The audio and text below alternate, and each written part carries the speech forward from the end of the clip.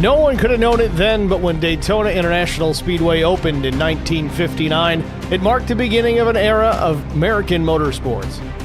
As a replacement for the old beach road course a few miles to the east, the opening of the high-bank 2.5-mile Florida Tri-Oval represented the leading edge of a wave of construction of big paved speed palaces.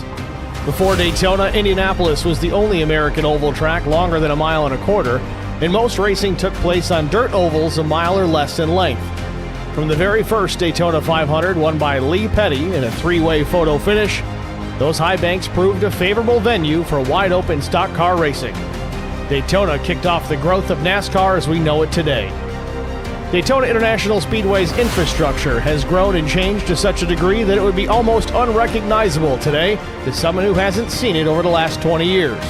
It's an amazing motorsports facility. But one thing hasn't changed over the past 6 decades. No driver can consider his or her career complete without notching a victory at Daytona. From Dale Earnhardt, who captured the 500 in 1998 after coming so close so many times, to 14-year-old kart racers whose racing resumes are just beginning, a victory at Daytona is a mark of distinction. Tonight, it's the IROC 250, and it's next on Track Limits Network.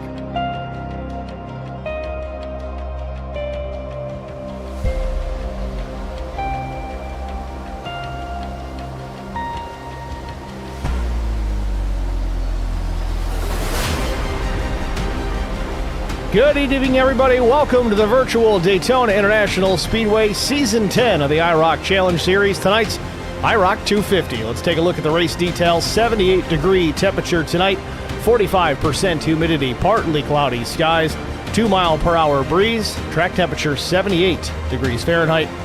Race distance tonight, 100 laps, 250 miles, 2 sets of tires available over the wall, a 75% fuel load on board, and 0 fast repairs. Count them, 0 zip, zilch, and 3 attempts at a green-white checkered finish if we need it. Practice and qualifying already in the books here at the Speedway. Fast times in the warm-up right now. So Gavin Hinson.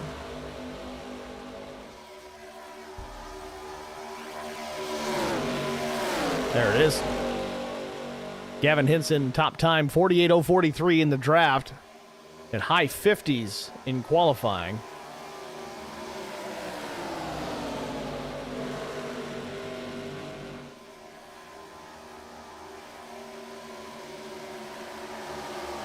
Just about 60 seconds remain in the session.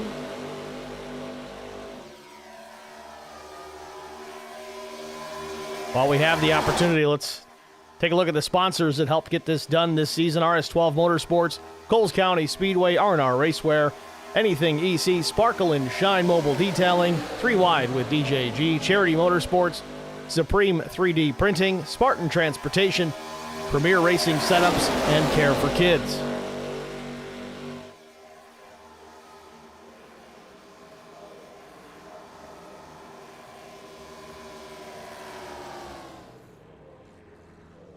Session about to go black and red flags. It'll complete this warm-up. A shorter warm-up session this week, only 5 minutes. Not a whole lot you really need to get done on these super speedways. Obviously, a little bit of drafting practice can help, but we're going to get right into things here on time. Session comes to a close, and we'll get to our starting grid here momentarily.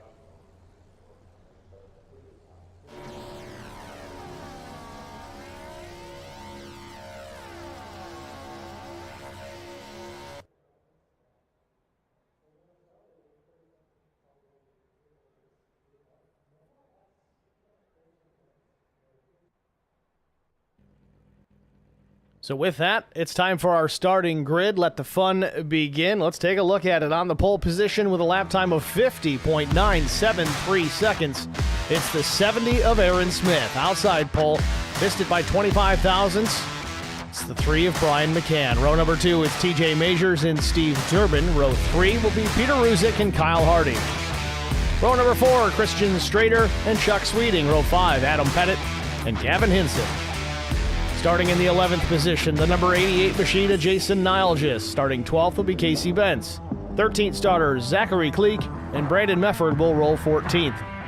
15th position, Tim Schofield. 16th is William Tyndall. Todd Kleek will start 17th. Nuke Quick will start 18th. Kyle White 19th. 20th goes to Chris Meffert. 21st starter is the 34 of Doug Wysocki. And shotgun on the field, the number 51 of Chris Wally will start 22nd. It's your starting grid here from Daytona International. Won't be long, we'll be racing. Field rolls away from the starting grid. One lap behind the pace car before we're under green flag conditions.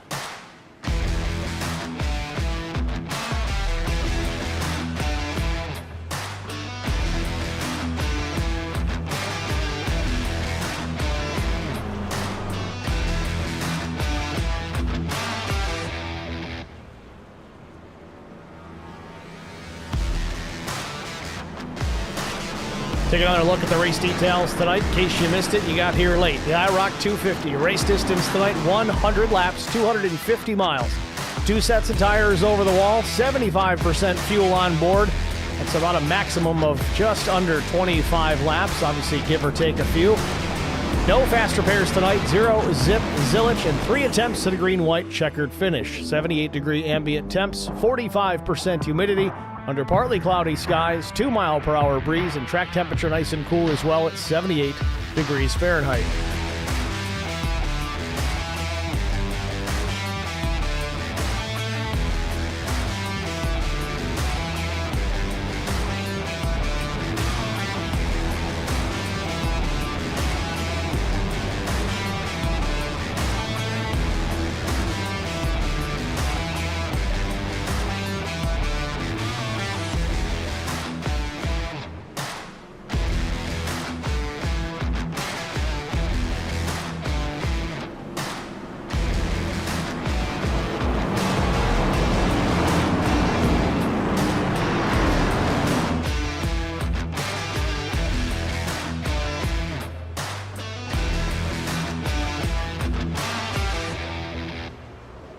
Pace car heading to pit lane. The field doubled up, ready to get underway here at Daytona. Barney with the green in hand, and there it waves. We are racing from Daytona.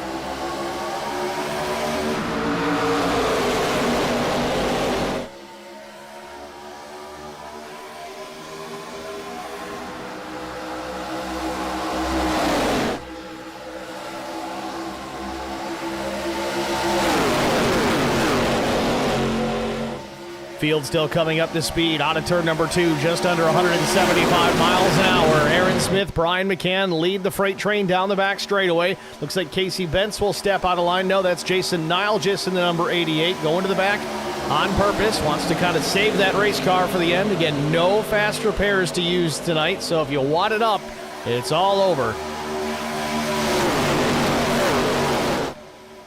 Off turn number 4, still side by side all the way halfway through the pack. Aaron Smith, Brian McCann at the line. Smith's going to lead lap number 1. Brian McCann still trying to park his car into victory lane, at least post-race one of these nights. Was able to lock up the bracket challenge last week, so he is the winner of that. Consistency paying off for the 3, but now he wants to take a checkered flag before this season is out and potentially a series title.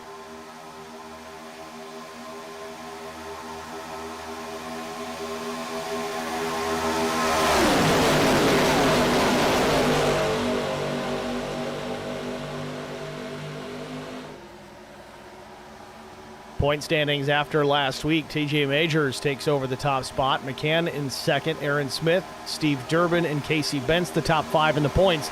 And just as quickly, Majors goes to the race lead, leads that lap across the stripe in front of Brian McCann. These two have been nose to tail in some form or fashion quite a bit this season on the racetrack, now in the point standings as well. They like to race around each other, but they are each other's closest competition, that in Aaron Smith as well.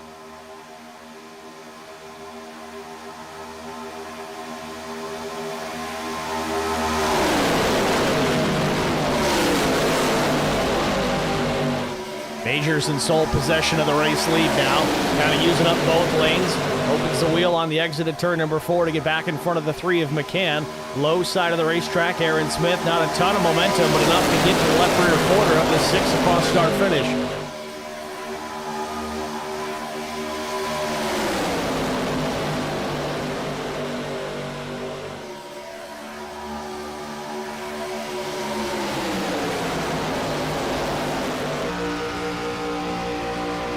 On board with Aaron Smith.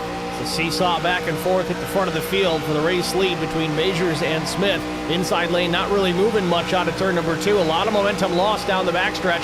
Smith will slide back a couple of spots, maybe more. As he's back in P5. He's going to lose another here in a minute, it looks like, with Gavin Hinson working to the outside.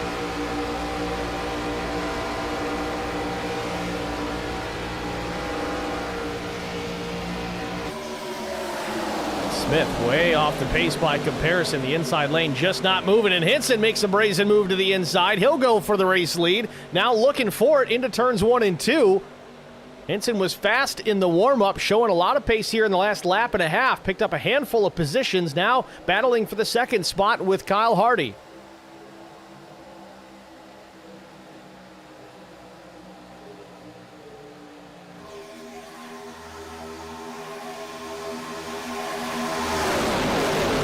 McCann comfortable out front. That's where he likes to be, especially here at Daytona. A familiar sight. The 3 car at the front of the field at the Palace of Speed.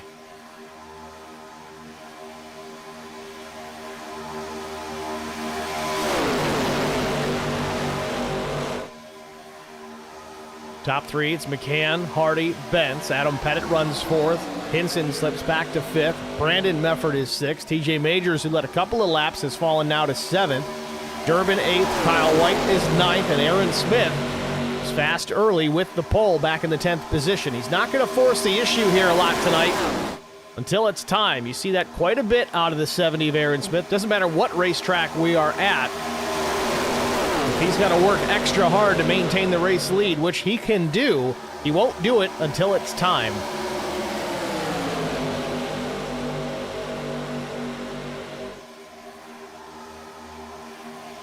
Hinson now back to the 10th spot again. He was up as far as 2nd, maybe 3rd. Slipped now to the 10th position where he started already. That number 39 is trying to feel everybody out, seeing what his car is capable of. Clearly capable of working through traffic towards the front. He'll settle in now in 10th. Peter Ruzick in the 26th. The green machine on the low side of the racetrack, shuffling a little bit, trying to find some room. Swapping lanes now goes Gavin Hinson.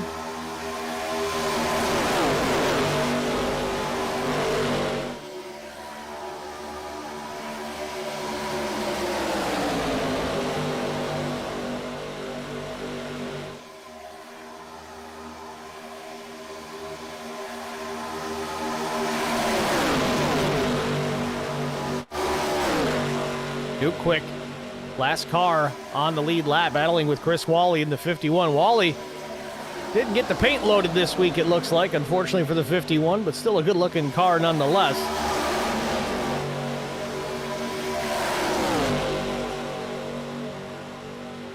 This 5-car draft, the last 5 cars on the lead lap, led by Chris Mefford. They're just going to run out back here. This is not a bad strategy to work with. You get 5 guys that you're comfortable with. You kind of maintain pace of that lead pack, but you got more room to make evasive maneuvers if something unfolds in front of you that you weren't expecting. There's less obstacles to overcome if that happens, if you're back here in this smaller group. William Tyndall closing into the tail end of the lead pack, and the number 62 machine runs in the 17th spot.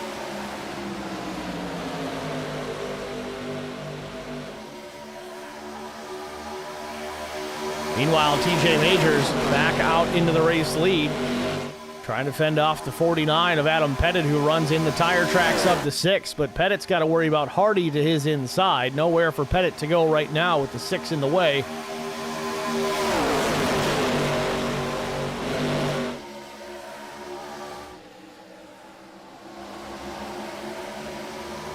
Shady Acres in the chat. Kyle Hardy in the number 35 took home Talladega for the win. Let's take Daytona.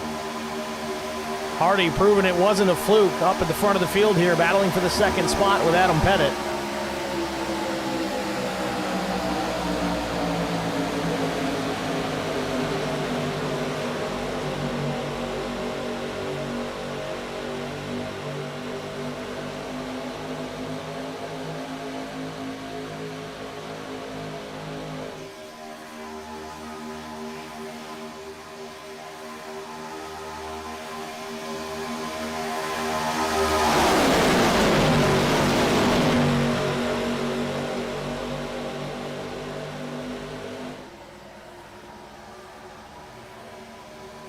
Field now out of turn number 4. Majors still in charge. Then it's Hardy, Pettit, Benson, Mefford. The top 5 for now. All tightly packed here as they cross the start-finish line. Majors showing he can go to the back and work his way back towards the front. He was with the race lead, then back to about 10th. Now he's back out in front again. Not a great start for the 6. Again, he started in the 3rd position, but quickly dropped back, but then very quickly again was in the race lead, kind of seesawing. Again, we talked about that a bit as well. Drivers trying to see what they're going to be capable of in the draft. We know TJ Majors has been fast just about everywhere we go, and I'll tell you, seeing these races from the rooftop, calling home Dale Jr. to a couple of Daytona 500s, and then Joey Logano the same, and now Brad Keselowski, he's seen it from that bird's eye view plenty of times, knowing where those holes can open up, shoot that race car through.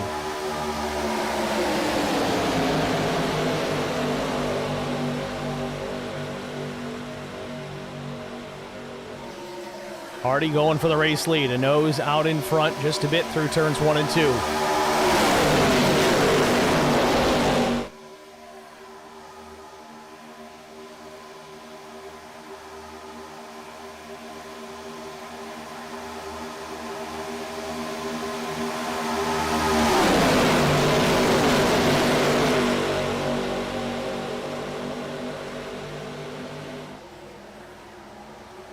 Close racing off of 4. Kyle Hardy wants that race lead, just inches off the driver's door of the 6. Majors continues to lead. Again, TJ led 191 of 200 laps last week at Kern County, only to get caught up with a car losing fuel, running out of gas on the final lap. Him and Brian McCann end up spinning, and Majors does not end up going on to win that race.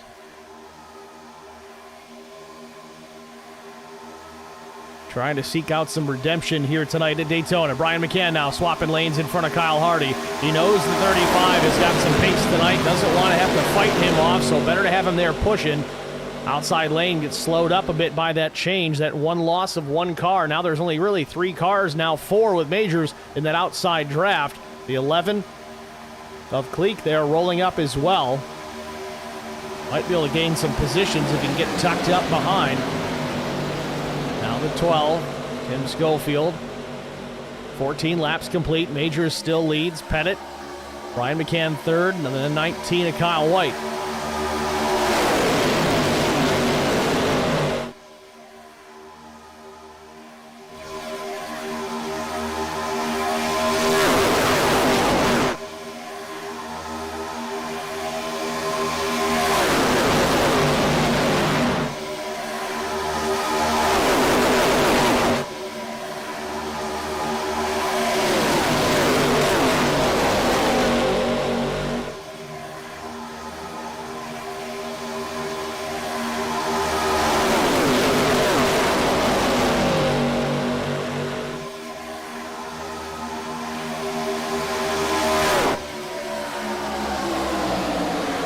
Side by side now, Kyle White works his way to the inside of TJ Majors for the race lead off of turn number 2. Majors a little too far out in front from Brian McCann. Won't necessarily get a big push, maybe by the end of the backstretch, but the inside lane seems to have the momentum. Similar numbers top to bottom. White to the lead, just a touch here into turn number 3. He's clear if he wants to move up. It'd be close. He keeps it on the bottom. Kyle Hardy pushing. Hardy showing early aggression here. He'll have pace. He'll be a threat for the win here if he can keep the car clean. Coming down to start finish to start lap number 16. And in honor of the Biff, it'll be a quiet lap.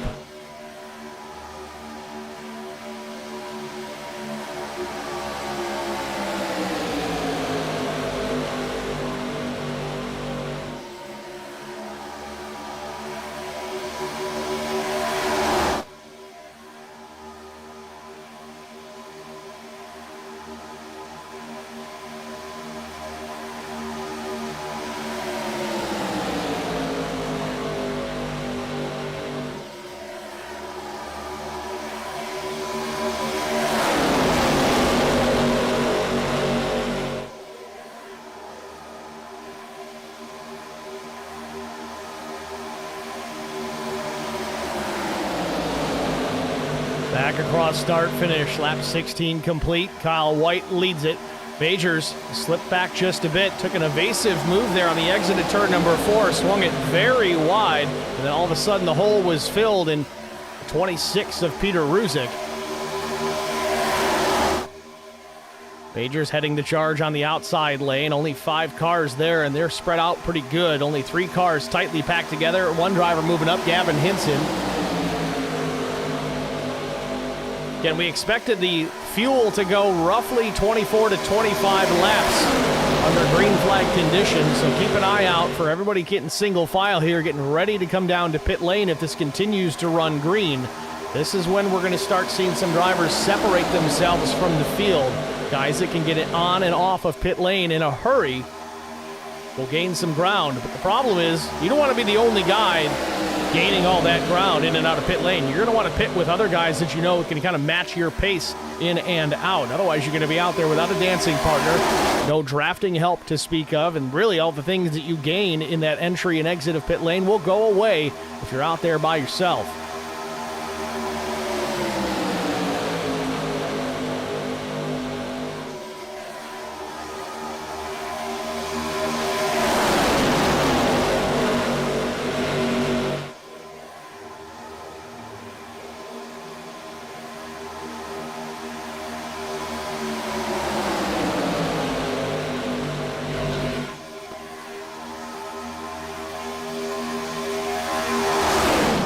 Kyle White, Kyle Hardy, 1 and 2 through turns 1 and 2. Brandon Mefford on the outside in that red number 83. 27 of Casey Bentz, the blue 27 on the bottom of the racetrack, but now to the outside. Mefford jumps up in front of TJ Majors. Majors given everything Mefford can handle down the backstretch, pushes the 83 into the race lead. Now the bottom lane going to come back together. A little more organization to the bottom, but it's not enough. Mefford jumps down in front of Kyle White and will take the top spot.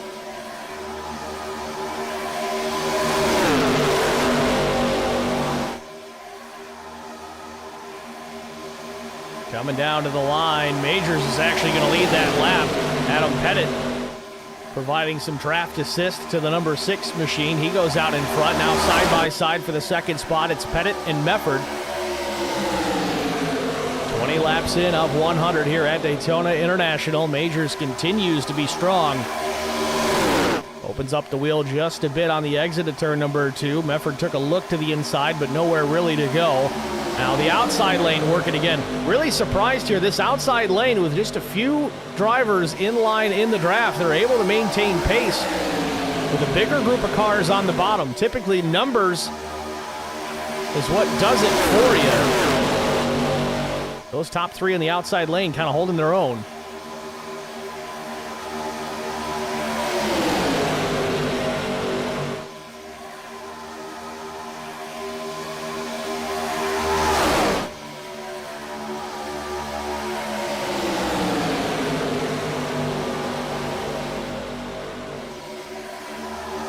Now Adam Pettit fed from the top down to the bottom. That's a cool way to make it work, but the problem is if you continue to do that, eventually you're going to run out of cars.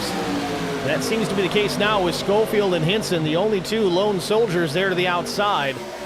They're going to need more help. I don't think just the 2 of them have enough energy and momentum to push the 12 down into the race lead in front of Pettit.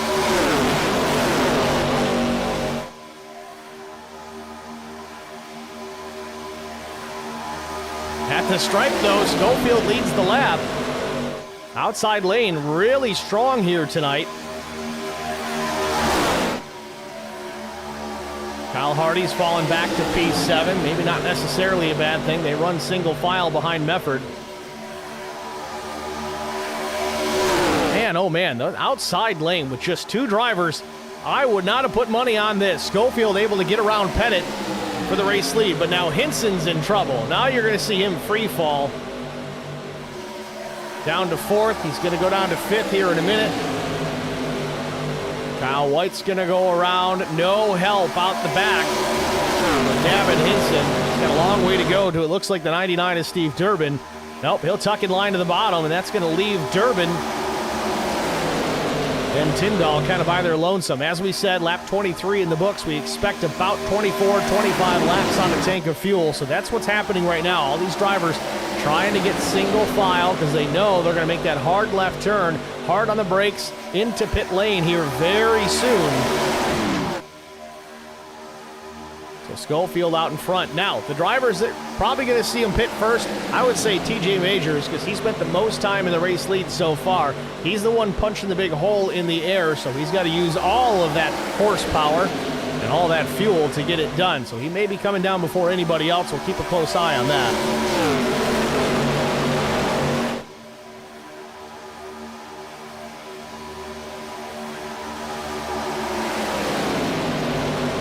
David Schofield in the chat says, let's go 12. Here comes Timmy.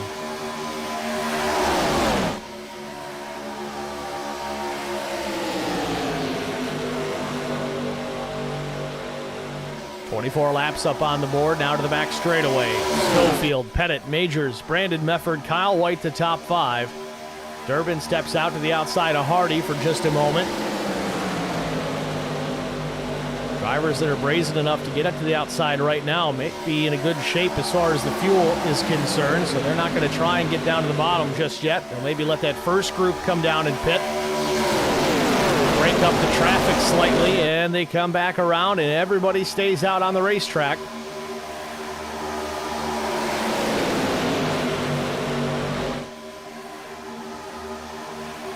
Shady Acres says he's spotting for Kyle in the 35, just riding a bit, getting ready to hit pit lane.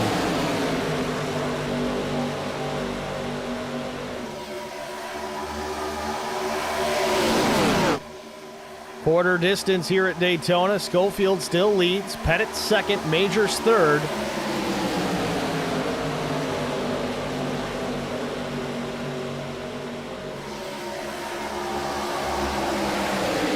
Three wide for the first time as Durbin's going to go backwards here with drivers on either side of him.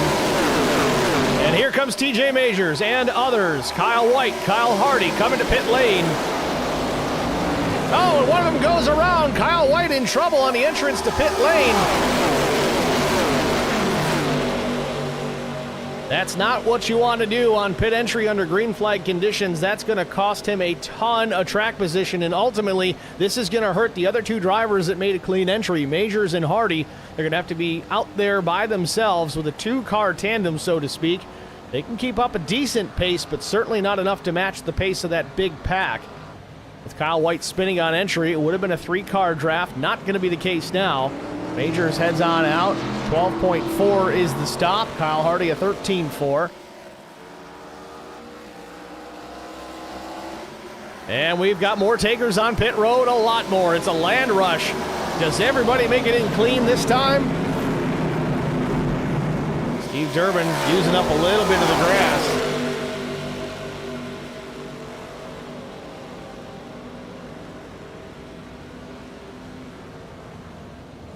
So Aaron Smith has stayed out on the racetrack. 27th lap for Aaron so far.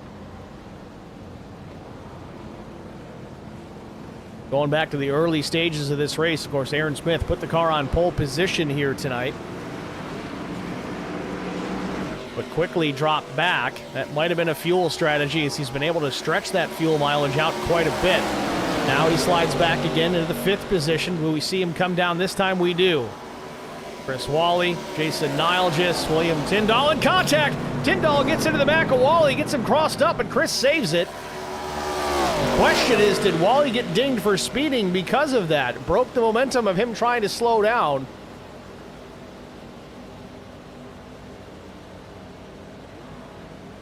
So Chuck Sweeting, the last driver, still out on the racetrack. Looks like a fuel-only stop for the 70.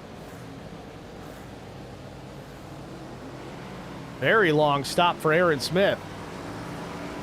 So 13:45, he could have put right sides on, but maybe no need just yet. Now just will move his way around on pit exit.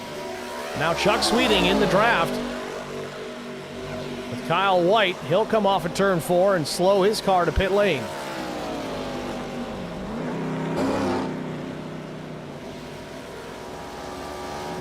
So Sweeting went 28 laps on a tank of fuel.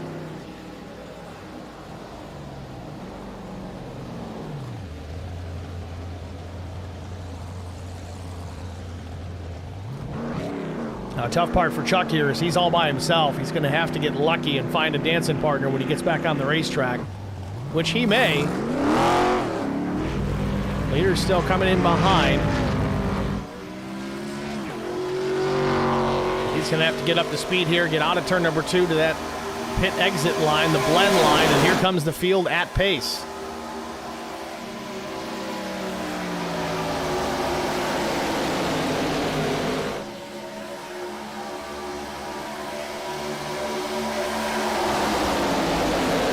Chuck may get lucky here to get tucked back in and pull on this draft, but there's not a huge pack of cars there. He's really got to dig. Might not be enough. In fact, he's free falling now. The Sweeting shown in 16th. I don't think he's close enough to pull the draft from that lead pack. He may have to wait for drivers like William Tyndall, Chris Wally, and Todd and Zachary Cleek to catch him. Not a terrible strategy, though.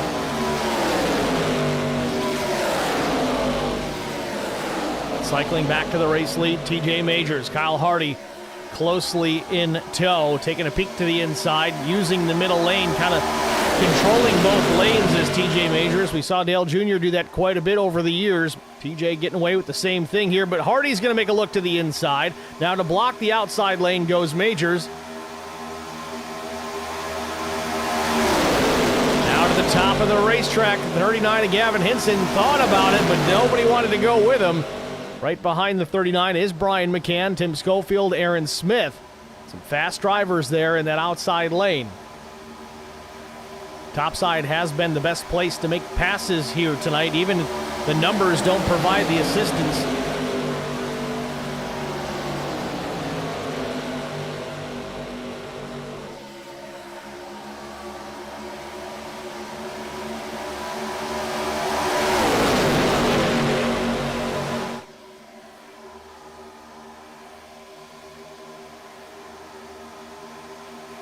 So Majors takes the lead back. The inside lane just not moving. Drivers starting to realize this. Drivers moving up, and now a swap over. Aaron Smith goes to the top as McCann and Schofield go to the bottom. Majors will work both lanes again off turn number 4. Sees the 3 coming. Now goes back to the top in front of Hinson. Kind of dragging both lanes with him. You help one lane, they get caught up, and then they stall out, but now the outside's coming, so you got to block it. Now you're going to pull them along and get them around the inside lane. It kind of works both ways. It's tricky. You're in your mirror quite a bit to do it, but now he's got to worry about Brian McCann to the inside.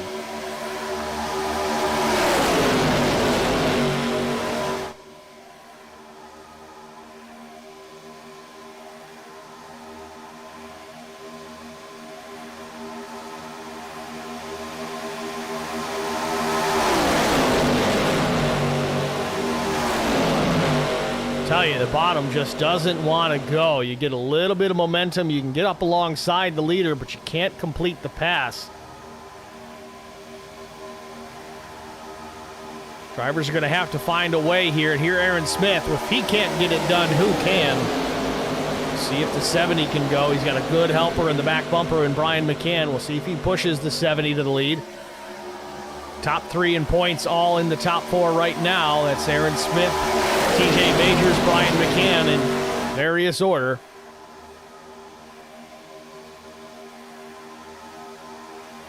Majors with the points lead, then it's McCann, then Aaron Smith.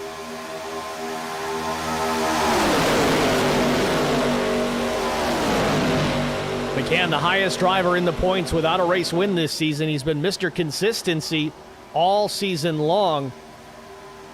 It has yet to park it in victory lane. See if he can get it done here tonight at Daytona.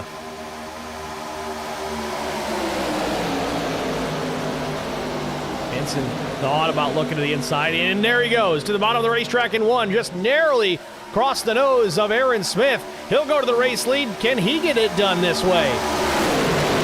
Outside charging back.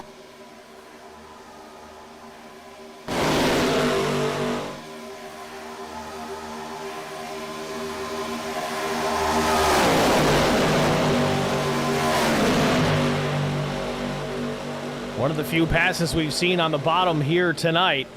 Hinson goes to the race lead. That'll move Majors back to third, maybe fourth. Aaron Smith up to second.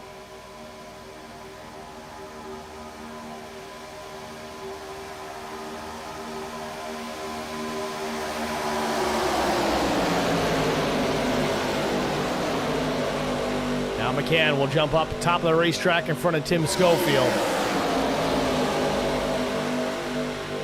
Aaron Smith will do the same. Hinson throwing a big block on Aaron Smith down the back straightaway. We're not even halfway. Hinson knows it was very difficult to get that race lead on the bottom, but now in doing so, he's allowed McCann to take the top spot away. Schofield might have enough of a run here to take second as well.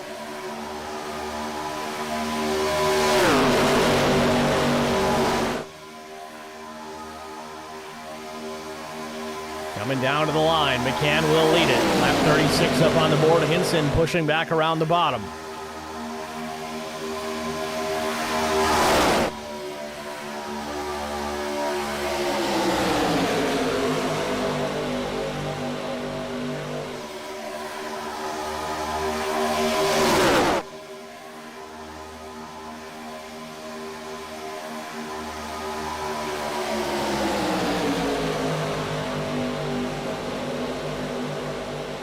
So Hinson clear to the lead. McCann second. Bottom just won't go. And in all fairness, the pass that Hinson was able to complete on the bottom, all that momentum was gained on the outside. It was a last-minute cut down in front of Aaron Smith to take that race lead away.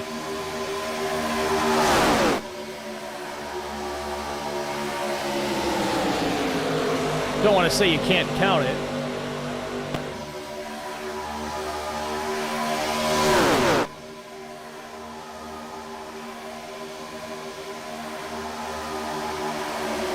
Aaron Smith makes a move to the inside with no help on Tim Schofield. Interesting strategy here. Might just be keeping that engine cool here, getting some fresh air in the nose of that yellow machine. Here comes Kyle Hardy, though, to assist. Maybe this is something Aaron Smith expected. Moving to the bottom, we'll draw those guys up closer, provide a little bit of a draft for the 70, push him to the race lead, and here we go. Coming down to the line, Smith's going to lead that lap by inches.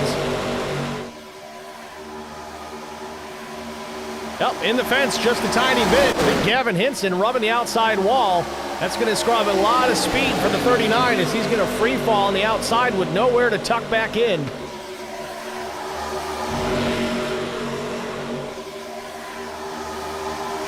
This is where we get the cautions. Got to be careful. A lot of drivers dicing top to bottom.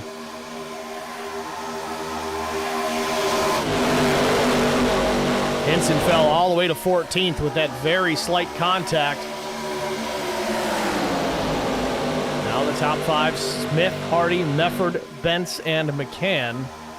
Ask me in 30 seconds, it'll be different again.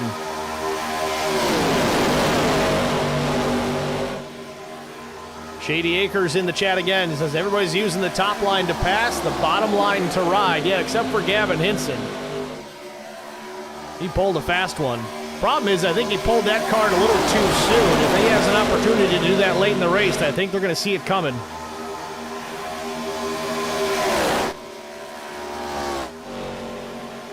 Meanwhile, Kyle White, last car on the lead lap. Remember, Kyle spun on entry to pit lane, so he had to leave the pits without any drafting help whatsoever.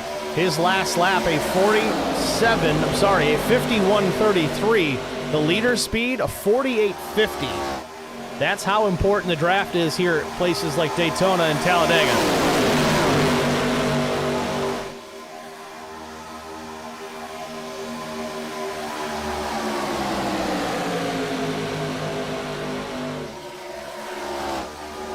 Let's go back and look at that incident. This was coming to pit lane. We'll back it up a little further here.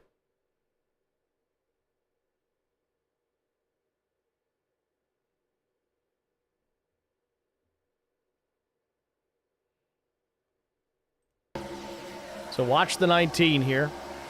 Just coming into the pits. Just locked up the rears and it came around on him. Just kisses the wall. Not a lot of damage, if any at all. Maybe some damaged pride, but a lot of track position lost. And He is about to go down a lap because of it. Shady Acres. Yeah, aggressive Gavin is a weapon. Top of the racetrack goes Kyle White. Going to let the leaders just go by him. That's all he can do. Should be in good shape, though, to catch the back end of this pack and stay in the draft. If we catch a caution, he would get that lap back, as he's the only driver one lap down to this point.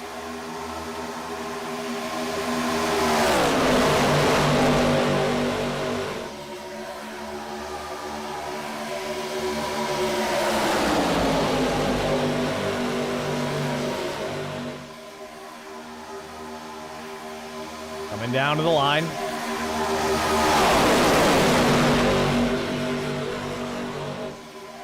Another new leader, Brandon Mefford, rockets to the front.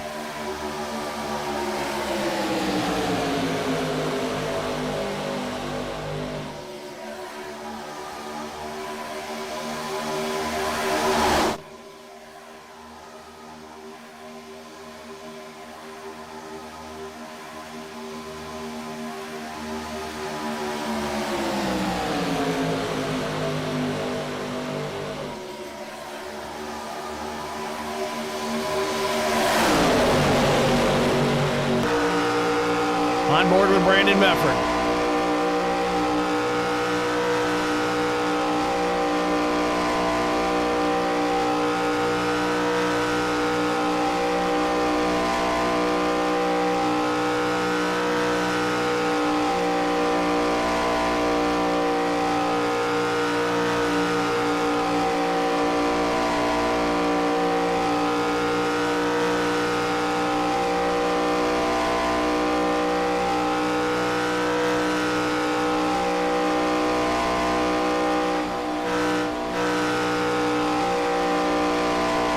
Now you heard Mefford lift just a touch there on entry to the corner. I think he's trying to draw McCann back to the back bumper.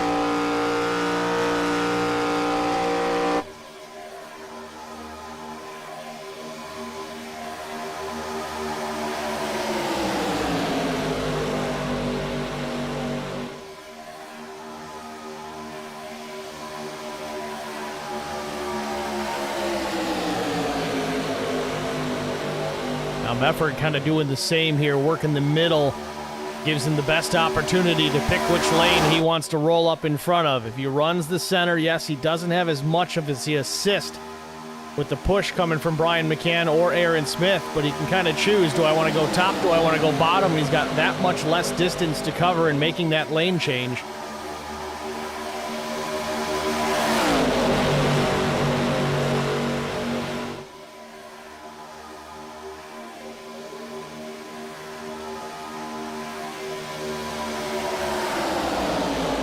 Five laps in the books, about 5 shy of halfway.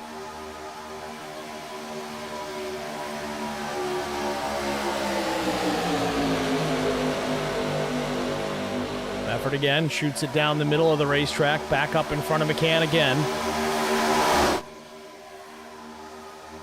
7-car draft on the outside, everybody else on the bottom, and the outside still in control.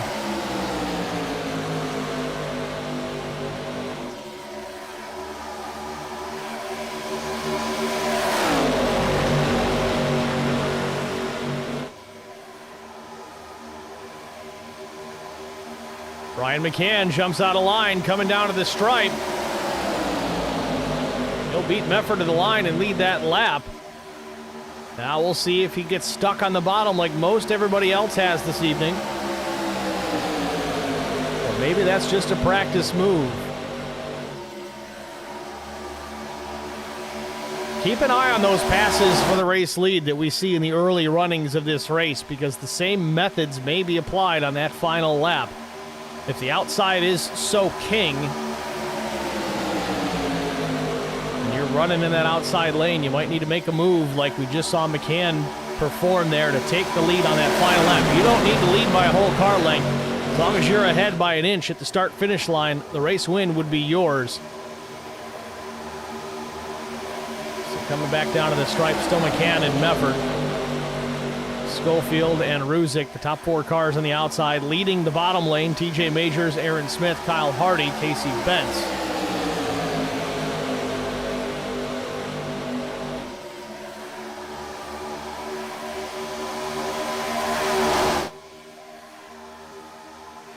Schofield on a line in front of TJ Majors. He's going to see if he can work his way through. That's just going to allow Ruzick to slide up into 3rd.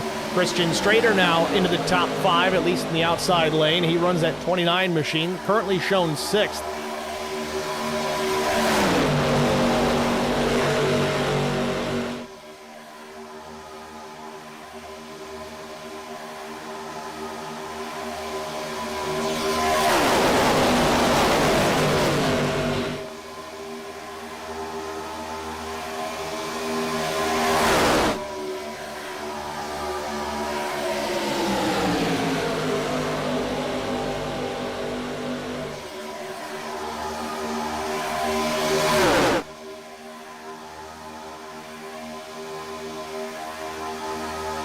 Todd Kleek in the 45, losing some connection there in the back of the pack. He's running 18th at green number 45. We saw him disappear down the backstretch for a moment.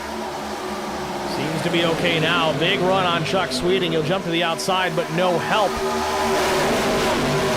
Can he pull it off? This is an interesting one to watch. There's some shucking and jiving here at the front of the field as Mefford goes to the inside. Todd Kleek now working around Chris Mefford in that mint chocolate chip number 46.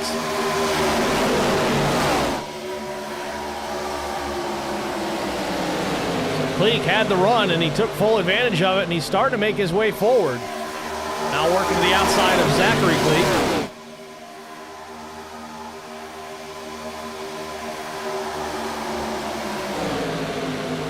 McCann continues to lead. Peter Ruzick will lead the inside lane with Brandon Mefford in tow. Up top, McCann, Strader, and Pettit, the top 3. Gavin Hinson back in the mix in 4th in line. And big move to the inside goes Christian Strader for the race lead. We've seen this a couple times already tonight, and it works. Man, what a move that would be for the race win.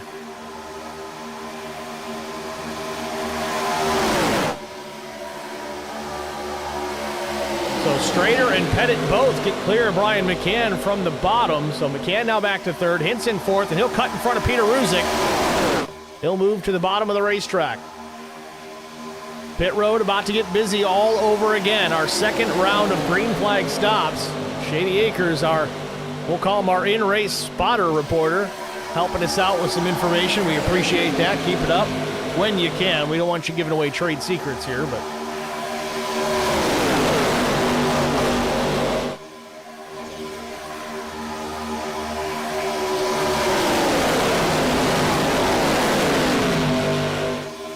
just past halfway, we're going to hold here. We want to make sure we get these pit stops covered, and then we'll take our side-by-side break, so stay with us.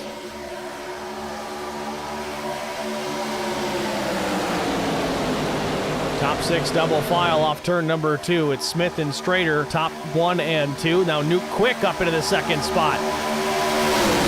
First laps, we've seen the 4 towards the front of the field this evening.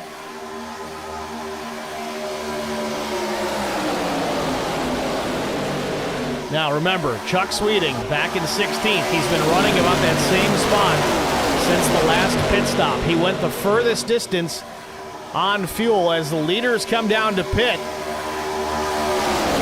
McCann, Ruzick, Schofield, Brandon Mefford, Kyle Hardy, and Kyle White. Kyle White gets into the pits clean this time, but he is going to lap down.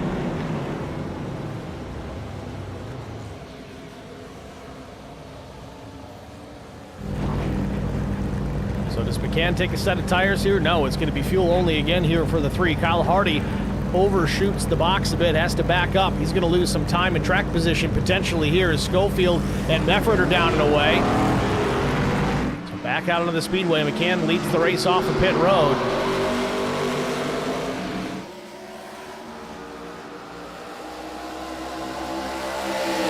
Now Aaron Smith will lead the field down.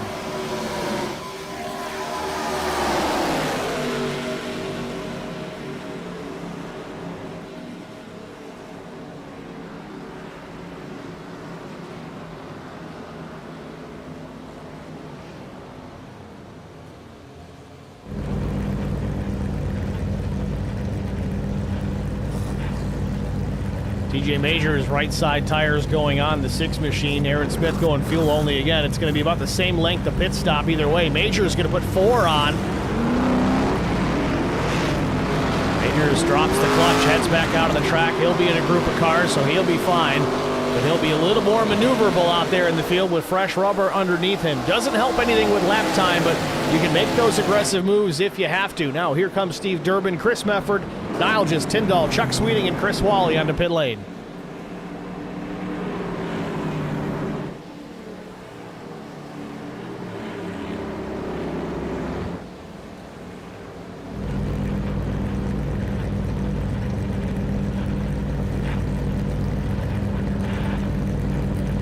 So this should cycle everybody back through for their second green flag stop of the night.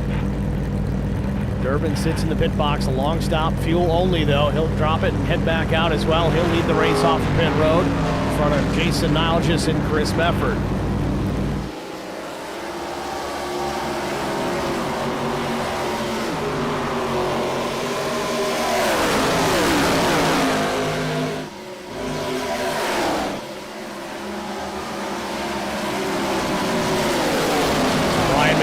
Cycle to the race lead. The fastest in and out is the 3.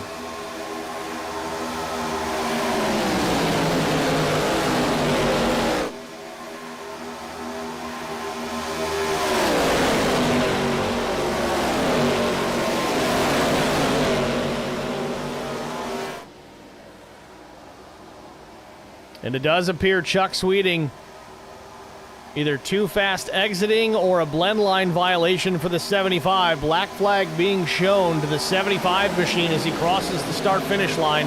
He'll need to come down and serve that penalty. That's going to be a tough one for the 75 of Sweeting.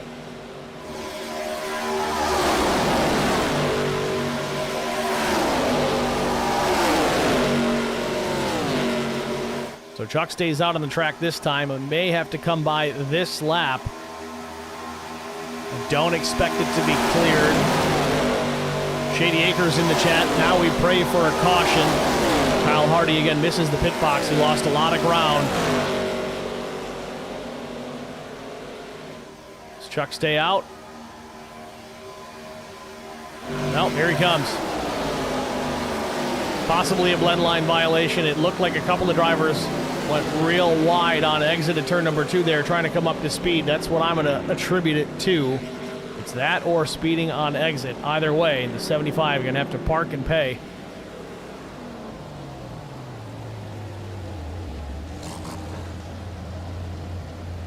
Meanwhile, back on the racetrack, McCann, Ruzick, Mefford, Aaron Smith, Nuke, Quick, the top 5.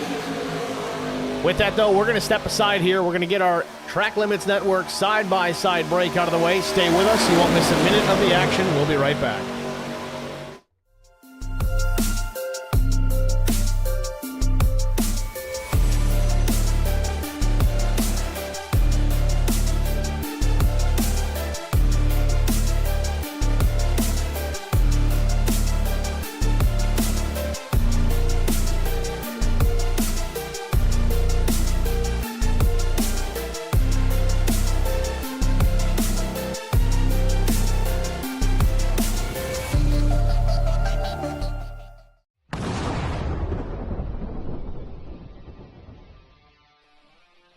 Spartan Transportation and Spartan Logistic Management is your one source for all your shipping needs.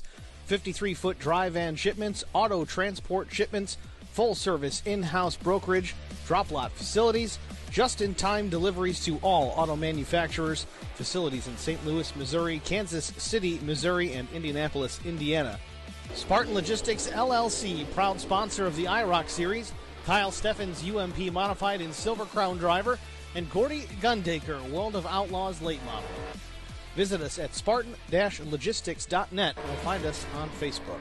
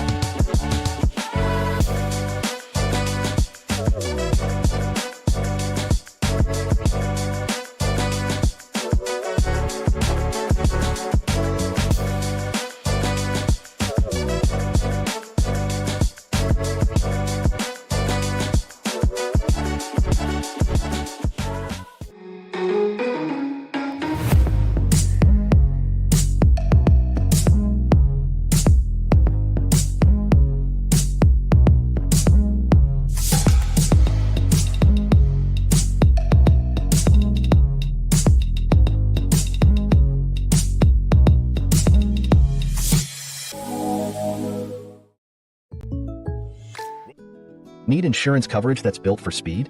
Frank Yea's office in South Charleston has your back. Whether you're blazing down the highway, protecting the home you've built, or setting up a legacy for your family, we've got the coverage you need. Auto, home, life, fast, simple, and made for you. Scan the QR code on your screen now to explore all our services and start a free quote today. Lock it in, save it for later, or call us at 304-744-7700 to get started.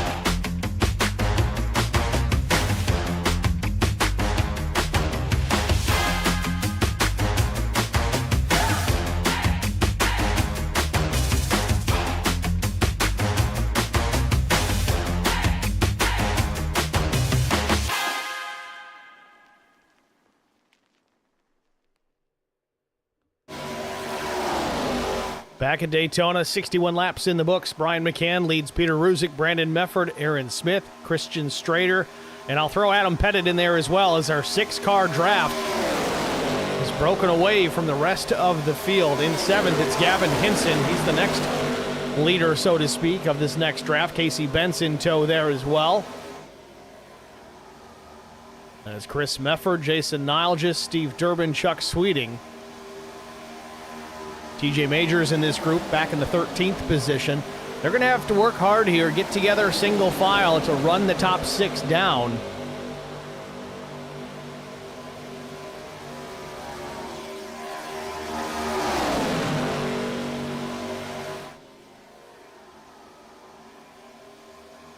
Now, through that exchange of pit stops, it does appear that Nuke Quick has gone down a lap. Kyle White, of course, still down a lap from his first pit stop snafu, so to speak. Chuck Sweeting also down a lap after a likely blend line violation exiting pit lane. So he's shown 20th, first car 1 lap down. Sweeting would be the beneficiary of a caution, but with that said, so would Kyle Hardy. Hardy's not a lap down, and he is in a 3-car draft, so not at an acute risk of going down a lap. But he's got to stay in line here with Hardy and Wally and try to work their way back up to another group of cars. The lap times are going to be a little bit slower. He ran a 48.10 the last time across the line. The leaders ran 47.50s.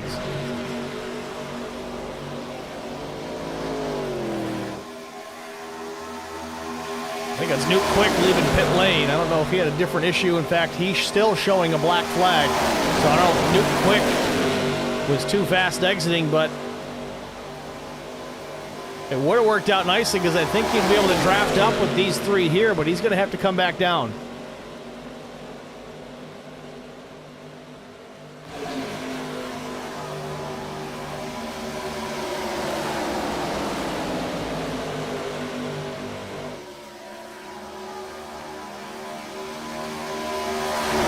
Those of you just joining us, you see Kyle Hardy here in the 35. He was a front runner in the early running of this race, challenging for the lead. I think he even led a lap or so.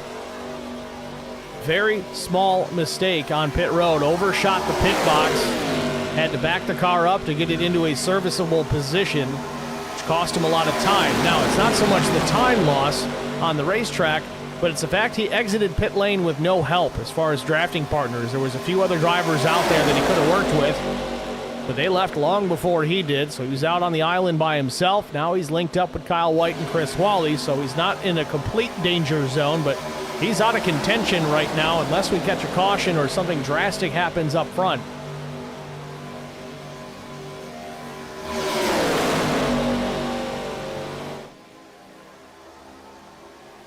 Lead draft, still only 6 drivers in line, and they're just cruising right now because, again, still another pit stop to come. Last stop for the leaders was lap 51. In fact, let's pull up the pit strategies here right now. 26 laps for McCann on the first run, 25 on the next.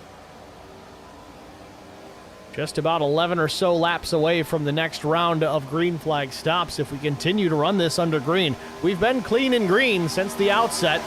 Not a caution to be had, and Frank, not even any tire smoke just as of yet. So we've gotten lucky, fingers crossed. Of course, now that I mention it, you know the yellow's going to come out, but There's a couple of guys on the racetrack that would not mind. Kyle Hardy and Chuck Sweeting, to name a couple.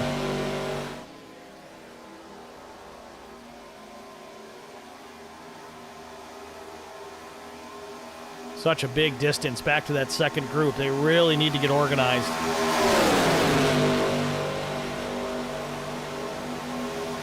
Get you a better angle of that when they come back to start finish. We'll switch to our flag stand camera and you can really see how far back 7th place and on are.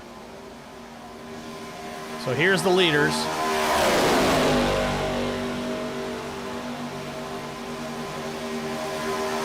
And they're 7th place and on.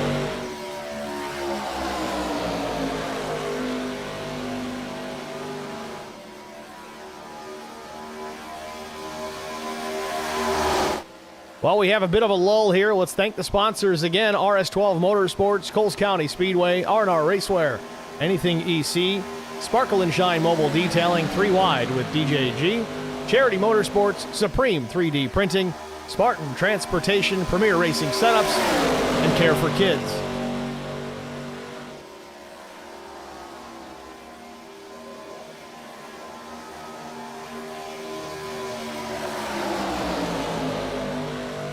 Shady Acres in the chat again says, hoping a caution will come out when the others start going for the win at the end. It's actually not a bad play right now, and unfortunately for Kyle Hardy, it's the only play he's got. There's just not a whole lot you can do on this style of racing when you're that far in the rears. Something's going to need to happen up front, and the problem is, I wouldn't really necessarily call it a problem, but we only got 6 cars in this lead draft right now. There's not a lot of congestion to be concerned with. The likelihood of one of these drivers creating an issue, not very high, especially when you look at the talent pool in that top 6. These guys, for the most part, really know how to get it done and be clean about it. But you know, the closing laps of these races, all common sense tends to go out the window.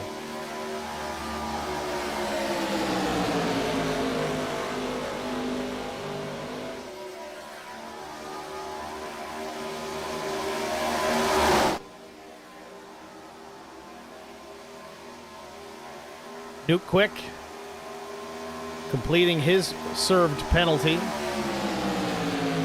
Quick now shown in last, 22nd. He's 5 laps down, so that second round of green flag stops for the 4 just did not go very well at all. Remember, he was up towards the front there prior to that, challenging for the lead. Just goes to show how the smallest mistake gets amplified at a place like Daytona or Talladega, especially when it happens under the green flag.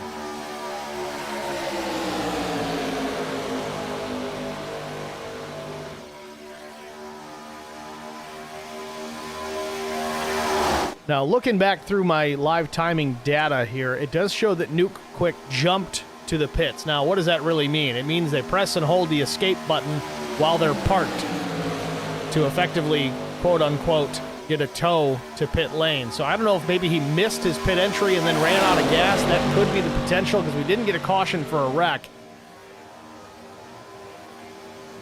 Coming down to lap 71. I'm going to try and pull this to see if we can get an idea. So there's the double click. Or did he just lose connection? It looks like maybe he lost connection. Yeah, he's not in the session at that point. So maybe a network connectivity problem for Nuke Quick has cost him this evening.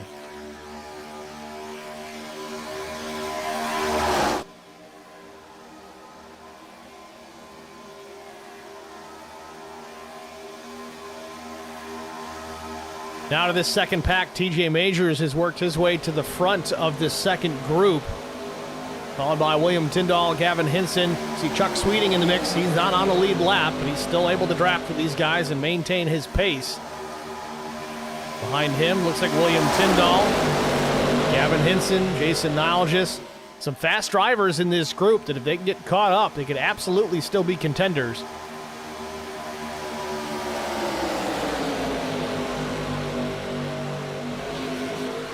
Kyle White still suffering as he's a lap down from his first pit stop incident.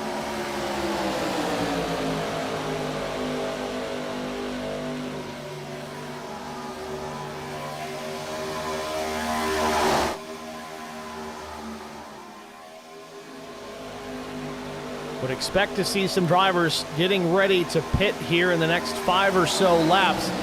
Now, in this situation, you may see drivers try to run as long as possible on this tank of fuel. You've got to get to that 25-lap window just to make it to the end. Now, in addition to all that, we do have 3 attempts at a green-white checkered finish if necessary. So, if you're not planning to pit, if that happens, you want to give yourself as much insurance fuel as possible. Also helps the car a little bit. It's a fixed setup series, so the drivers can't make wedge adjustments and tire pressures and things like that. So the only way they're going to get the rear spoiler out of the air is to pack it full of fuel and put a little bit of weight in the rear of the race car. That will help it a little bit in the wind, take a little bit of rear downforce away, but it will be slicker.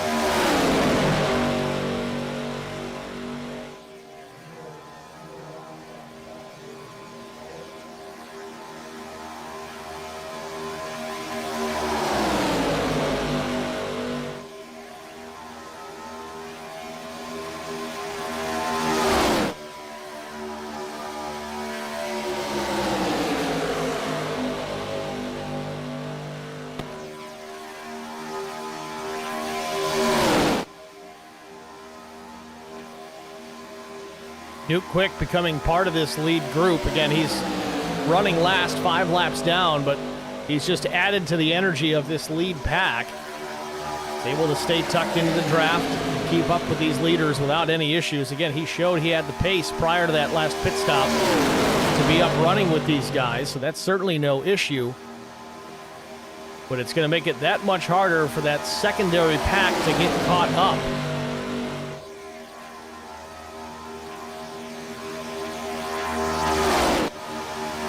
Majors now across the line, 3/4 distance here at Daytona. 26 to go.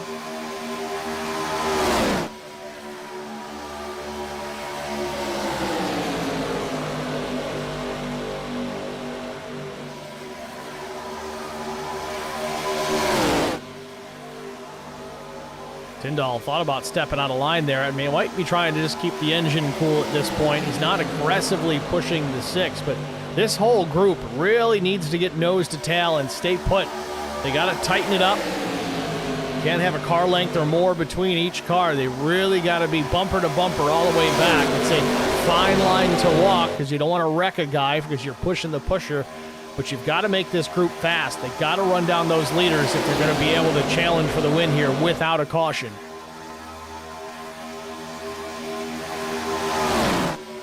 Shady Acre says, are you sitting back and getting comfortable? We're all just cruising. Yeah, I know, but I got to make cruising look good, you know?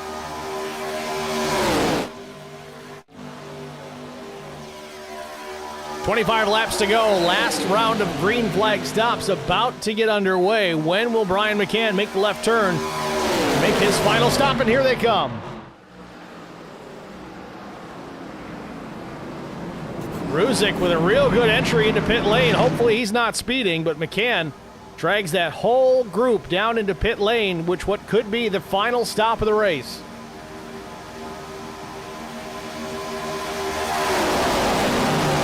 Now, McCann, I don't think he's taking tires at all night long. We'll see if he does this time. 24 to go, or is it fuel only? No, fuel only for Brian McCann. Looks like the same plan for Aaron Smith. Strader is going to beat everybody out here.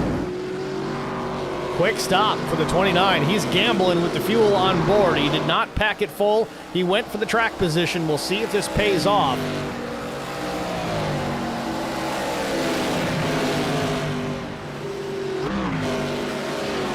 So that's going to move TJ Majors up into the race lead. Will he come to pit lane this time by?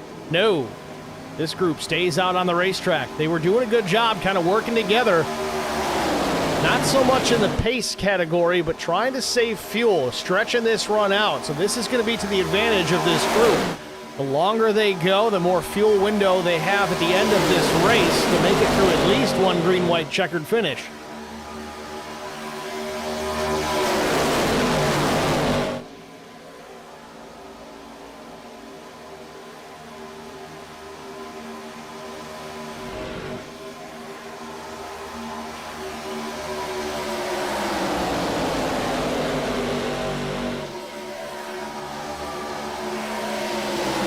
Majors through turn number 4. Keeps it low on the racetrack, and here he comes. Some are going to come with Chuck Sweeting, Gavin Hinson. Casey Bentz looks like he was trying, but he's a little hot coming in. Now 22 laps to go. Tyndall stays on the track. He'll inherit the race lead. So will Nilgis, Mefford, Wysocki, and Durbin now the top 5. They'll likely come down and pit the next time by. So Majors took tires on his last stop. It's going to be fuel only for the number 6 machine. But how long will he wait? 8 seconds, 9 seconds, 10 seconds. Lots of fuel going in the 6th. Some drivers already leaving pit lane. Majors wanted it packed full. Wants that weight in the rear of the race car.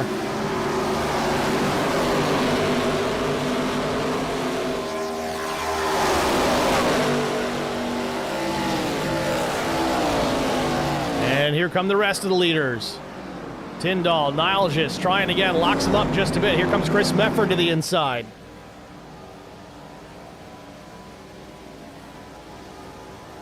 When all said and done, this should cycle Brian McCann back to the race lead. McCann must have had an excellent pit exit because Strader beat everybody off pit lane. Chris Mefford going for short fuel here. He's timing it perfect to the end.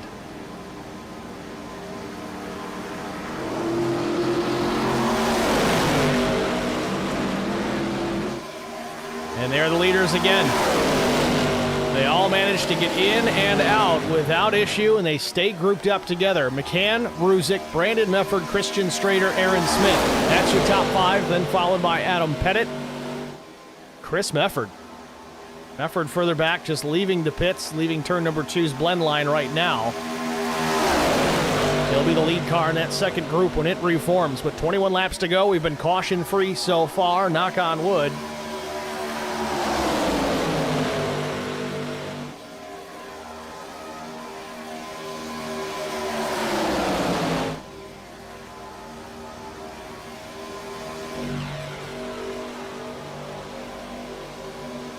Now Chris Mefford will cross the stripe. Casey Bentz in tow. These guys will all get grouped backed up together here pretty soon.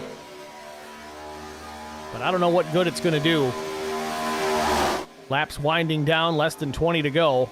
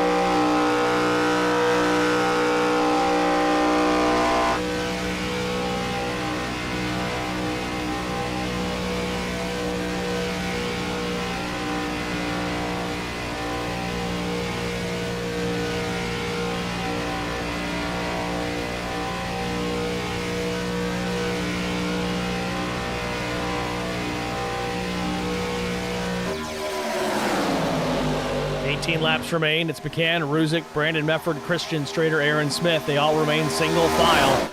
Still just riding. It's not time to get aggressive yet unless you're further down the line in this line. They may start making some moves, but they're going to need a lot of help to get it done. We saw earlier how that outside lane in a pack was the place to make the passes and get things done. Well, again, there's only 7 cars in this group, so maybe somebody like Strader could step out of line and could make it work, but Aaron Smith, Newt Quick, and Adam Pettit would all really need to go with him to make it happen. If that doesn't happen, Strader would likely end up going to the back of this line.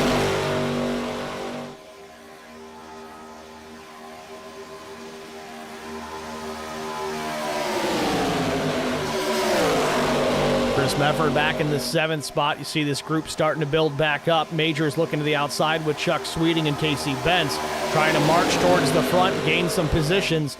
If you can't pick up the win, the points do matter. He's got to get as many as he can. This is the championship round.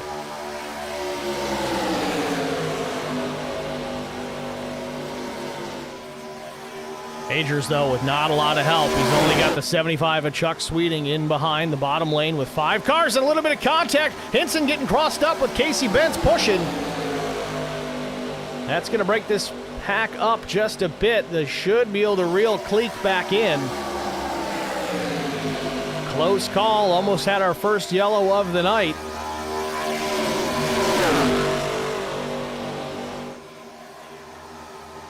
McCann and Ruzick still lead. 16 laps to go.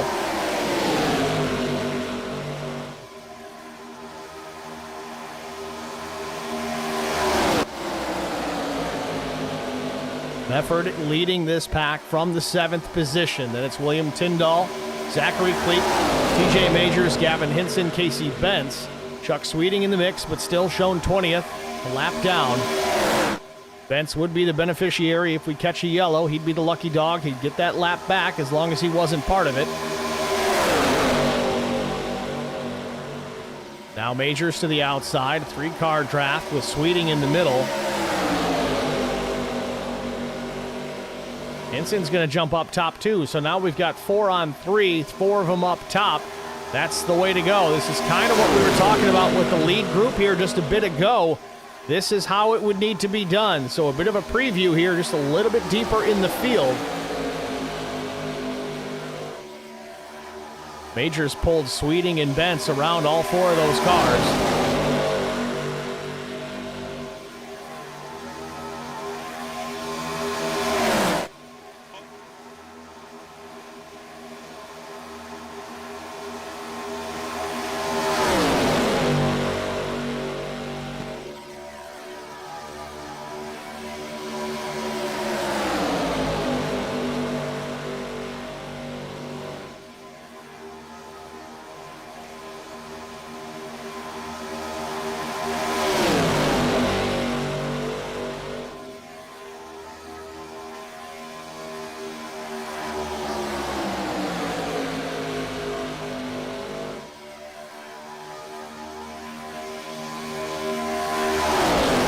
Drivers stepping out of line here just a bit. Get tucked back up. Shady Acres had mentioned earlier that they're waiting for that late caution when the leaders start to battle for the race win. That really, in turn, could translate to this being the lead group. If something catastrophic happens within the top 6, this could be the battle for the win. That's why you're seeing these guys fighting each other the way that they are this late in the race, albeit 10 seconds behind the lead pack.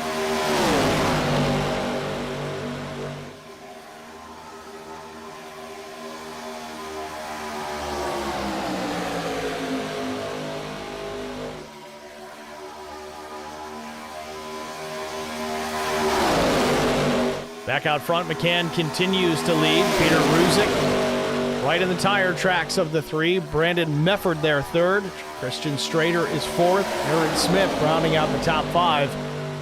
In the caboose in the train, it's Adam Pettit with Newt Quick in the mix there just ahead of the 49. 12 laps to go for Brian McCann. I know it seems all calm, cool, and collected, but heart rates are going up right now. These guys are trying to plan out the next 11 and a half laps in their head. Brian McCann trying to think about, well, if I'm in 2nd or 3rd here, what am I going to do to take the lead away from me? Trying to be ahead of that decision, knowing where the run is going to come from so we can make the appropriate block. Everybody else in behind trying to make a decision that throws off that race leader and forces him into an error.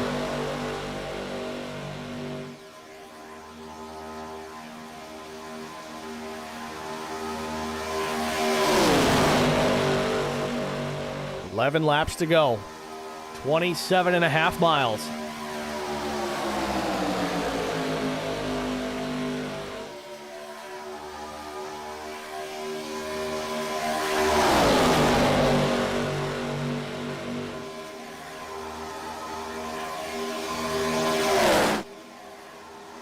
Pettit steps out of line here. I don't think he wants to be behind the 4 of Quick here. Little shake from Aaron Smith.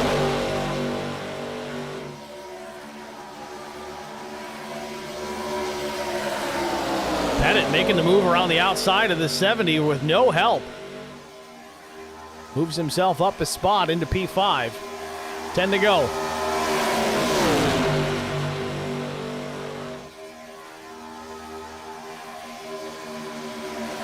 Shady Acre says we're catching that second pack, but I don't think we have enough time. Kyle Hardy in the third group here, fourth in line.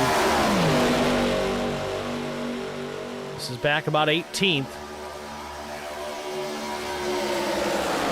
He said earlier, our group is the group with the pit stop misfits and mistakes, and he's absolutely right. A little bit of an overshoot for Kyle Hardy, cost him some time, put him deep in the field. And Kyle White, his opening pit stop, a little spin on entry is what's relegated him back into the position he is at, 21st, a lap down.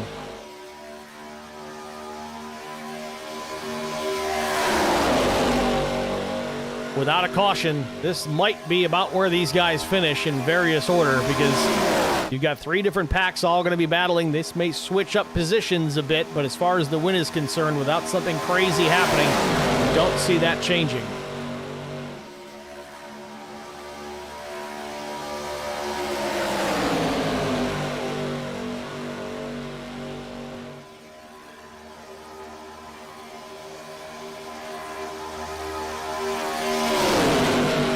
Doug Wysocki leading this group. Last lap by a 47.97, a couple of tenths slower than the race leaders.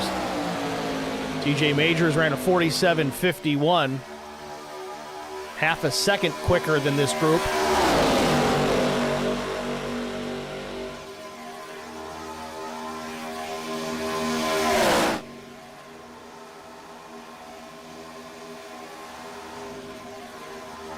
Now to our second pack with Majors leading Chuck Sweeting. A reminder, Sweeting not on the lead lap.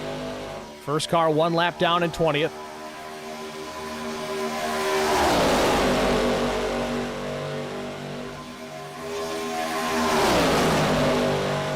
Calm before the storm here in the lead group. Brian McCann leads Ruzick still. It's about how it's been since they got back onto the track after their final pit stops. Really, I don't think this group has changed positions at all, with the exception of Pettit going around Aaron Smith.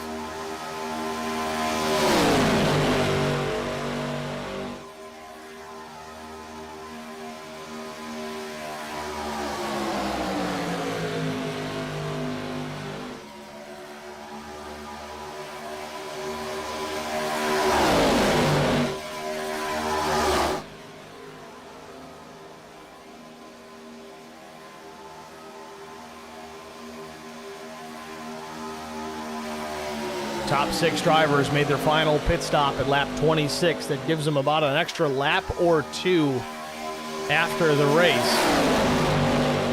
Might, keyword, might be enough for one green, white, checkered if we have to. Everybody else behind them, though, lap 78, they should definitely be good. And then further down that third pack, they pit around lap 79. So they are well to the good for a green, white, checkered finish. I don't know about two.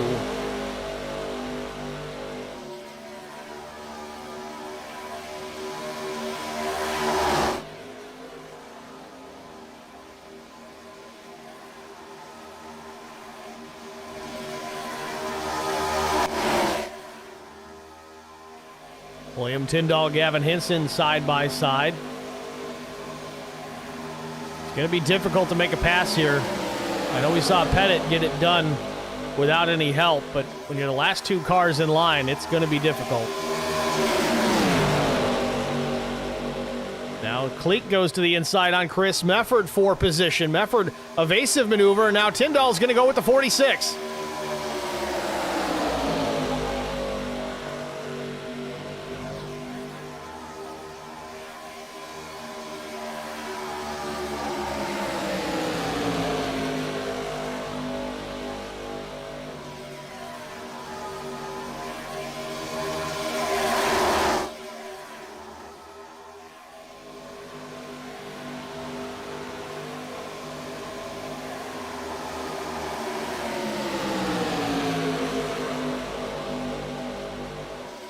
Majors going to lose some ground here as the 27 of Bentz roots his way to the inside with the 11 of Cleek. 4 laps remain here at Daytona. McCann still out in front. Continue to watch this battle because this really could be the pack that comes down to winning this race if something chaotic happens at the finish with the top group.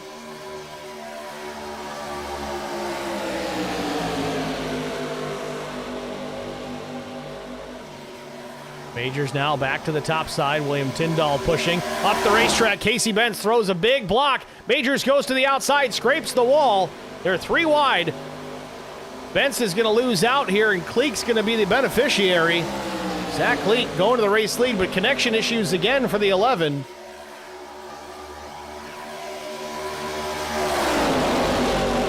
Majors gets shuffled at the end of this pack in behind Gavin Hinson, so move TJ back to 12th. Now 3 laps remain for Brian McCann.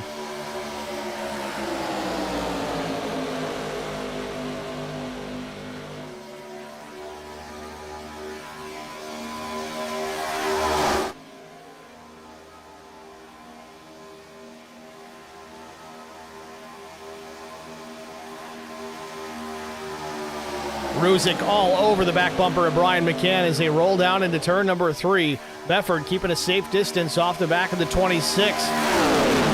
Maybe a little apprehensive about what could happen with these top 2, and you'll notice this lead group is switched up to the top side of the racetrack. Brian McCann controlling that. He goes to the top here, knows that that's where that pass could likely come from. Now with 2 laps to go, if the move is going to happen, it's going to be soon. Question is, do you do it on this lap or the final lap? Personally, I think you got to do it with 1 to go, potentially out of turn number 4. We've seen how difficult it is to complete a pass, especially on the inside. But we have seen 3 different instances where someone is tucked up to the back bumper of the race leader and at the last second pulls out a line to the bottom of the racetrack and just noses to start finish first.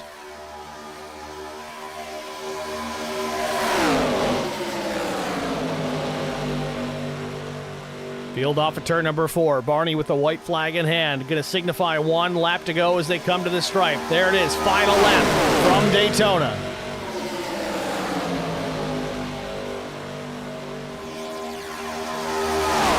Will Ruzick step on a line, or we just settle for second? I can't imagine he's just going to sit there. Brandon Mefford is going to sit back there a half car length off the back bumper of the 26. They spill out onto the back straightaway. McCann still with the lead. Everybody single file now. Pettit steps out of line. Aaron Smith's going to think about going with him, but Pettit goes back into the line. Aaron Smith doesn't. Stays to the inside. Christian Strader now steps out. He's underneath Brandon Mefford for third. Race lead all over the back bumper. Ruzick pushing Brian McCann through turns 3 and 4 for the final time. Coming down to the tri-oval, throws the block, does the 3 of McCann, but the checkered flag is waving, and at the stripe, McCann gets his first win of the season.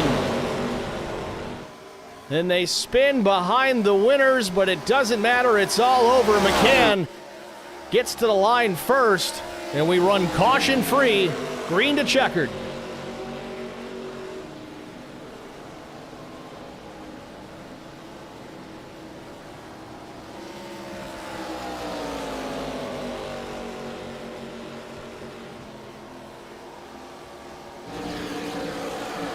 Brian McCann picking up the win, the IROC 250 in the books, and Brian finally gets it done.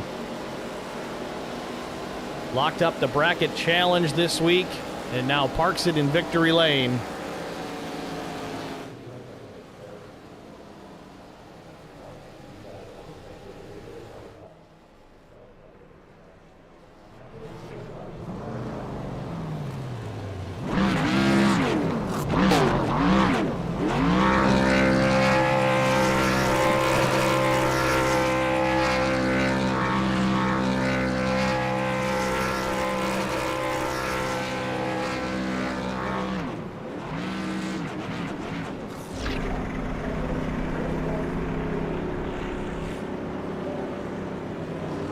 Rather muted celebration for Brian McCann. We'll step aside, get our last break out of the way. We'll be back with our top 3 finishers after this. Stay with us.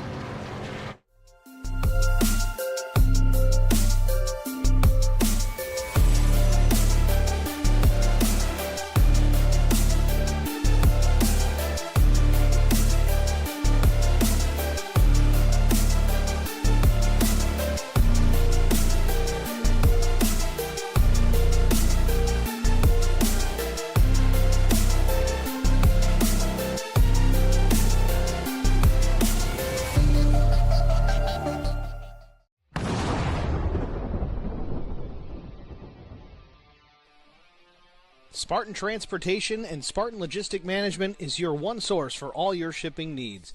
53-foot dry van shipments, auto transport shipments, full-service in-house brokerage, drop lot facilities, just-in-time deliveries to all auto manufacturers, facilities in St. Louis, Missouri, Kansas City, Missouri, and Indianapolis, Indiana. Spartan Logistics LLC, proud sponsor of the IROC Series, Kyle Steffens UMP Modified and Silver Crown Driver, and Gordy Gundaker, World of Outlaws Late Model. Visit us at spartan-logistics.net or find us on Facebook.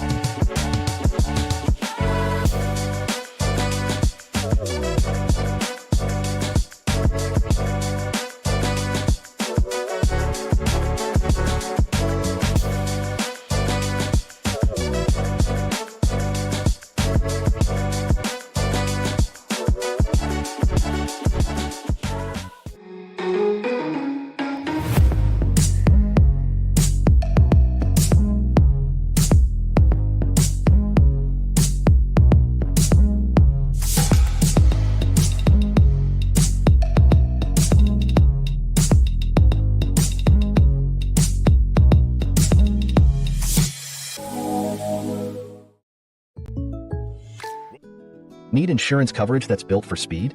Frank Yea's office in South Charleston has your back.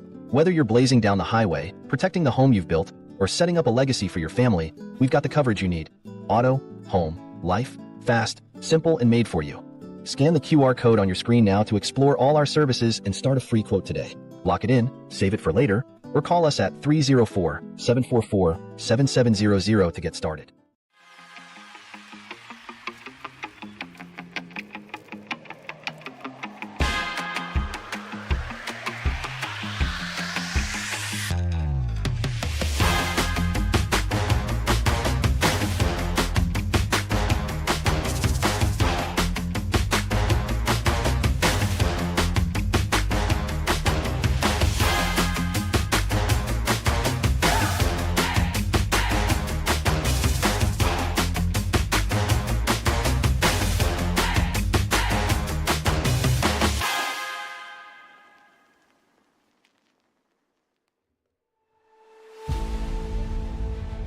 Back at Daytona, Brian McCann, first win of the season, and it comes here at Daytona in the closing stages of Season 10. Let's get a word with the driver of the number 3 and see how he feels about finally getting that race win. Brian McCann, it's Steve with Track Limits. You got us? Brian, congratulations, man. Finally parking that thing in victory lane. Another season with at least one win. Couldn't have timed it any better here as we're running out of races this season, and that keeps you well into that championship hunt. Walk us through your night. Rather tame, it seemed. What was going through your head there in the closing laps? Yeah, well, going back to the beginning of the race, we're racing for points here, and we get 3 points for leading the most laps and pole and what else? Fastest lap and leading the lap. So, I was thinking about everybody who was getting those points, and there at the beginning, TJ was just clocking off laps led, and I was like, oh no, he's going to get the most laps led. So we kind of had to strategize there a little bit, and luckily we had a real good pit stop and put us out front for the last 2 stints, so worked out really well. And then at the end of the race, my teammate Pete there, we were debating on what to do. Do we just let them go by and try to get a draft back up? Because, we're just sitting ducks at that point. And we got 5 guys behind us. So 2 to go, I was like, let's just jump to the outside and throw them off. So it looked like that worked. I don't think they were going to get much of a run on that bottom side. And even if they did get down there, we were going to side draft them and slow them down. But big shout out to Repeat there. Topside definitely seemed to be the place to be if you wanted to make passes, but ultimately in the end, it's kind of how you chose to defend that race lead, and it worked out in the end. You park that thing in victory lane, get that win in this championship round, and head on into Michigan Speedway in a week from today. Michigan Speedway, I believe, another racetrack that's high on your list of places to perform well at, as well as the championship race at Charlotte at the end of the season. Things shaping up pretty good for a potential championship run. What do you think the odds are? Yeah, shout out to Wally for those track selections. But I love Michigan. I love Charlotte. So any way they're going to be a fun race. A lot of tough competition out here. I know TJ and Aaron and really like top 8 could bring out a win. So it's really fun. I enjoy it. It's a blast, man. Well, you put on a good show here tonight. Relatively dominating performance here at Daytona, and caution-free, green to checkered. Job well done for all you guys. Who do you want to shout out to, Brian, before we let you go? Yeah, my family. You for doing the broadcast. Amazing job. Wally and league admins for putting on this show. Amazing advertising and everything they do to get everybody out here. Sponsors and everybody watching tonight, and the drivers for showing up and putting on a great race, caution free. So yeah, see you next week. All right, Brian, congrats. Thanks for talking to us. Good luck in Michigan. Brian McCann, race winner here at Daytona International. We'll talk to his teammate Peter Ruzick next. We were wondering what the situation would be there with the 26. Would he stick with the 3 run in line, or would he make a challenge? Well, we'll find out and talk to him. Peter, it's Steve with Track Limits. You got us? I got you, Steve. How are you, sir? Doing good. Congratulations, man. A 5th place start, so you had a fast race car right out the gate, but a 2nd place finish to teammate Brian McCann. Those closing laps, we were all wondering, were you going to pull out a line to pass your teammate, or were you going to stay with him? Obviously, it looks like you stayed with him. Was there any thoughts of changing that plan? Not at all. Brian McCann, he's a champion every single season. He's probably one of the more consistent of any of the drivers here that have run in IROC since its inception. He's a great teammate. Definitely helps me out, week after week. I had no want or thought or desire to try to pass him. My only thought in the back of my head was get him to that elusive win that he hasn't been able to get this season, and for me to stay in the top 25 in points. That way I'm guaranteed the race next season as well. Already looking forward to it. We watched you pushing the 3 through turns 3 and 4 on that final lap. I don't think you guys disconnected once that entire set of corners. If there's anybody you can push like that, it's going to be Brian McCann. I feel like you guys may have practiced that in the past. Oh yeah, and he said, just stay on my bumper. You don't have to lay it on me. And as soon as I saw the other guys pull low, I wasn't gonna give them the chance at that run. I laid it on him, backed off just a little bit at the exit of 4, and then I was glued right back to him again. And he said he told me, he says, Pete, at one point I was looking at the exit of pit road, so I was shoving him for all it was worth. And yeah, like you said, he's an absolute wheel man. If anybody can hold on to it, I knew he could. With that said, a 2nd place finish here at Daytona. We go a week from today to Michigan Speedway. A little smaller racetrack, but plenty fast. Another place that Brian McCann's likely to be quick. Are you expecting more of the same out of yourself? Yeah, I'm usually pretty quick at Michigan. It's one of those favorites, so looking forward to that. I'm going to get in a few practice laps. So it's pretty quick there in the trucks over the last few weeks in officials and also here. So yeah, we'll see what the future has in store, but absolutely ecstatic over this P2 tonight. All right, Peter. Well, congratulations on 2nd place. Who do you want to shout out to? I definitely got to thank Brian McCann as well as Tim Schofield. Kevin McCann, unfortunately, he wasn't able to race tonight. Got a great team. Looking forward to bringing that on. And, of course, Steve, you're the man in the booth. Definitely appreciate every broadcast you put on. And, of course, all the sponsors, Spartan Transportation, Coles County, RS12, Premier, R&R. They've been around for a long time. Charity Motorsports. Care for Kids, AEC, Zoe's Place been around forever as well. I think it's L's Place, 3Y with DJC and Supreme. It's almost like you had it written down. Pete, nice job, man. Thanks for talking to us. Good luck next week in the Irish Hills. Appreciate it, Steve. Thank you. Peter Ruzick, runner-up here at Daytona. I don't think we've got Christian Strader available for comment. I don't know if he had to run, but either way, a solid run out of the 29 machine. Started P7. He was a front runner for a little while as well in that lead pack. Had an opportunity late. Just wasn't able to get it to come home with a victory, but 3rd place, he'll settle for it. I'm sure he'll be okay with that as well, rolling into Michigan next week. So with all that said, that'll wrap up the interview portion of tonight's broadcast. Let's take a look here at our race results. Of course, we talked to our race winners already. Top 3, Brian McCann, Peter Ruzick, and Christian Strader. Adam Pettit with a solid 4th place. Aaron Smith wasn't able to regroup back to the front of the race and win this thing at the end, but still a solid top 5 for the 70 machine. Brandon Mefford was real close there at the end, was shuffled down to P6. Zachary Kleek, a solid run in 7th. TJ Majors came home in the 8th spot. William Tyndall was 9th. Gavin Hinson finished in the 10th position. Casey Bentz was 11th. Steve Durbin was 12th. Jason Nilgis comes home in the 13th spot. 14th went to Chris Wally. Todd Kleek was 15th. 16th was Doug Wysocki. Timmy Schofield was 17th. Kyle Hardy, after a pit road mistake, finishes 18th. He was a contender here tonight until then. Chris Mefford was 19th. Chuck Sweeting with a penalty. He'll finish 20th. Kyle White with an issue on pit road. He finishes 21st, a lap down. And Nuke Quick, I think a network connectivity problem for Nuke. Put him out of this one. 5 laps down. He'll finish last in 22nd. Thank you guys all for tuning in here tonight. Again, I appreciate it. Shady Acres, he's trying to spot, and he's also chatting me up. I really appreciate that. He says, thank you for another awesome broadcast. Appreciate you very much. Well, I appreciate you guys.